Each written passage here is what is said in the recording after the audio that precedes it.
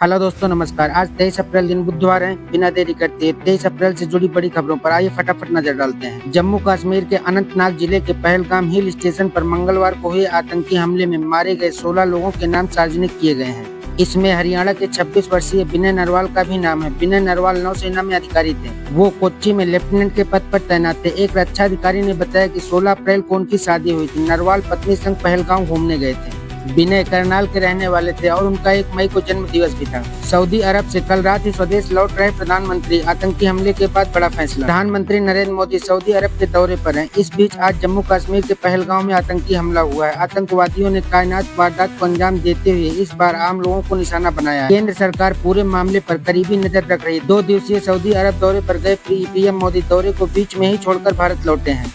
आपको बता दें कि पहलगाम में मंगलवार को हुआ हमला पहलगाम में 2019 में हुए हमले के बाद की सबसे बड़ी आतंकी घटना है। हमला ऐसे समय हुआ है जब करीब 2.25 महीने बाद अमरनाथ यात्रा होनी है। इस दुखद घटना के साथ आइए और आज की बड़ी खबरों पर नजर डालते हैं। बेल्जियम की एक अदालत ने मंगलवार को भगोड़े हीरा व्यापारी मेहुल चोकसी को जमानत याचिका खारिज कर दी। चोकसी 13,000 करोड़ रुपए के पंजाब नेशनल बैंक पीएनबी धोखाधड़ी मामले में मुख्य आरोपी है। उनके वकील ने यह जानकारी दी। चोकसी को 12 अप्रैल को बेल्जियम पुलिस ने एंटवर्प में गिरफ्तार किया था। यह गिरफ्तारी केंद्रीय अन्वेषण ब्यूरो और प्रवर्तन निर्देशालय के प्रत्यर्पण अनुरोध के आधार पर की गई थी। चोकसी के वकील विजय अग्रवाल ने कहा कि मंगलवार को अदालत की सुनवाई के दौरान उनके मुवक्किल की जमानत याचिका को खारिज कर दिया गया है। यूपीएससी ने सिविल सेवा परीक्षा 2024 का अंतिम परिणाम जारी कर दिया। इस बार टॉपर का ताज प्रयागराज की शक्ति दुबे के सर पर बंधा। उन्होंने अखिल भारतीय रैंक 1 हासिल कर परीक्षा में टॉप किया। यह उनका 5वां प्रयास था। इससे पहले वह 4 बार इस परीक्षा में शामिल हो चुकी हैं। पिछले प्रयास में वह 12 अंकों से रह गई थी।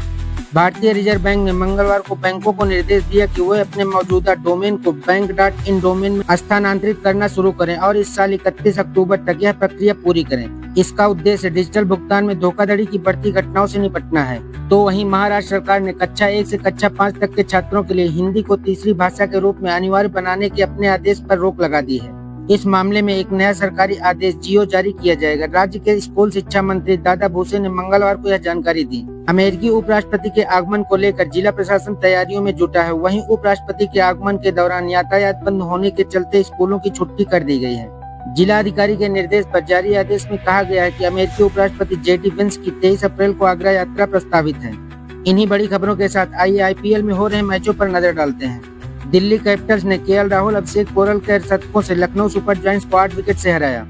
लखनऊ ने एडन मार्करम के अर्धशतक के दम पर 20 ओवर में 6 विकेट पर 159 रन बनाए। जवाब में दिल्ली ने 17.5 ओवर में 2 विकेट पर 161 रन बनाकर मैच जीत लिया। दिल्ली के लिए राहुल ने 42 गेंदों पर 3 चौके और 3 छक्के की मदद से नाबाद 57 रन बनाए, जबकि पोरेल ने 36 गेंदों पर 5 चौके और 1 छक्के की मदद से 51 रन की पारी खेली। आपको बता दें कि दिल्ली ने इस सीजन लखनऊ के खिलाफ अपने दोनों मुकाबले जीते हैं। इस मैच के दौरान राहुल ने इस दौरान आईपीएल में सबसे तेजी से 5,000 रन पूरे करने की उपलब्धि हासिल कर ली है। आयकर विभाग ने अपने आधिकारिक ऑनलाइन पोर्टल पर ई-पे टैक्स सुविधा शुरू की है। विभाग ने मंगलवार को कहा कि उसने करदाताओं की सुविधा को ध्यान में रखते हुए यह फैसला लिया है।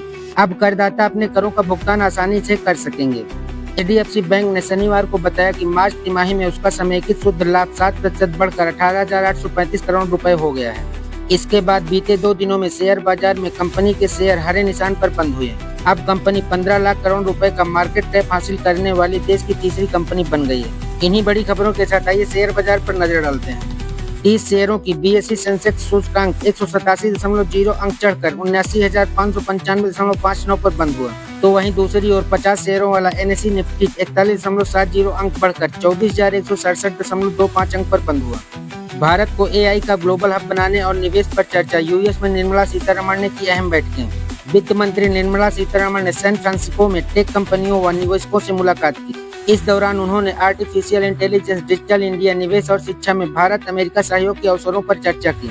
कल हुआ आतंकी हमला वायसरन घास के मैदान के पास हुआ। आतंकी संगठन द रेजिस्टेंस फ्रंट ने हमले की जिम्मेदारी ली है। टीआरएफ आतंकी संगठन लश्कर तैयबा का सहयोगी संगठन है। पाकिस्तान में बैठा शेख सज्जाद गुल टीआरएफ का प्रमुख है। प्रधानमंत्री नरेंद्र मोदी और अमेरिकी राष्ट्रपति डोनाल्ड ट्रंप के बीच फोन पर हुई बातचीत के दौरान आतंकवाद के खिलाफ पूरी ताकत से लड़ाई करने को लेकर सहमति बनी। ने भारत को हर संभव मदद का भरोसा दिलाया। पीएम मोदी ने ट्रंप के समर्थन के लिए आभार प्रकट किया। तो वहीं वित्त मंत्रालय ने एक्स पोस्ट पर बताया कि केंद्रीय वित्त और कारपोरेट मामले की मंत्री निर्मला सीतारमण अमेरिका और पेरू की अपनी आधिकारिक यात्रा को बीच में ही समाप्त कर रही हैं। इस कठिन और दुखद समय में अपने लोगों के साथ रहने के लिए वह जल्द से जल्द उपलब्ध उड़ान के साथ भारत वापस आ रही हैं। पहलगाम की वारदात अब तक नागरिकों के ऊपर आतंकियों की सबसे बड़ा हमला है। सुरक्षा एजेंसियों के मुताबिक आतंकियों का यह वही समूह है जो डोडा किश्तवाड़ क्षेत्र में सक्रिय था। इसमें स्थानीय मददगारों के भी शामिल होने का शक है। आतंकी वारदात की जांच राष्ट्रीय सुरक्षा एजेंसी एनआईए करेगी।